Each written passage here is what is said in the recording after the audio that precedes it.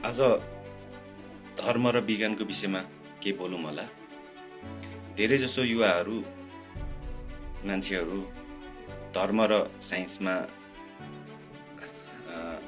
Debate गरिरहेका हुन्छन्।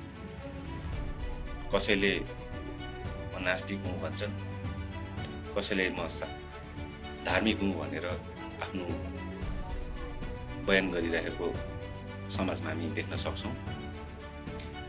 त्यही भएर आज के रहेछ त, यी दुई बीच के भिन्नता छ त, यसको बारेमा केही छोटकरीमा कुरा राख्न आँटेको छु। हेर्नुहोस्, सबैभन्दा पहिला धर्मको कुरा गरौँ। धर्ममा हामीले 4वटा कुरा पढ्छौँ: ऋग्वेद, सामवेद, यजुर्वेद, अथर्ववेद। अब साइन्समा पनि हामी 4वटै विषय कुरा पढ्छौँ।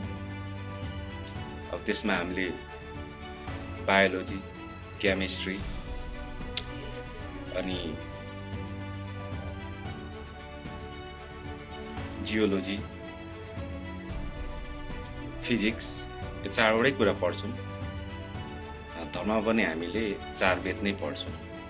अब जे छ ती भित्रै रहेर हामीले अध्ययन गरिरहेका हुन्छौँ, चाहे धर्ममा होस् चाहे साइन्समा। अनि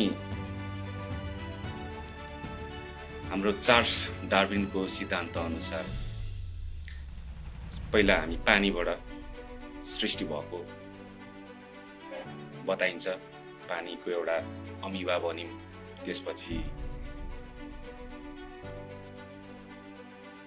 जमिनमा आयौँ, त्यसपछि हामी हुँदाहुँदै हामी इभोल्युसन हुँदाहुँदै हामी चाहिँ अहिले मान्छेको रूपमा आएको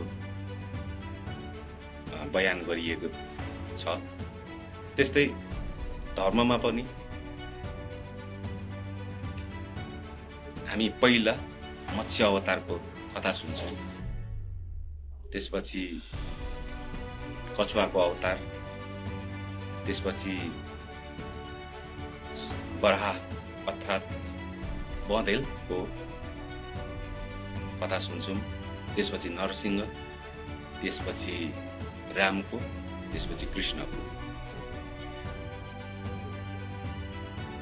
कुरा एउटै छ, वर्णन फरक किसिमले गरिएको छ।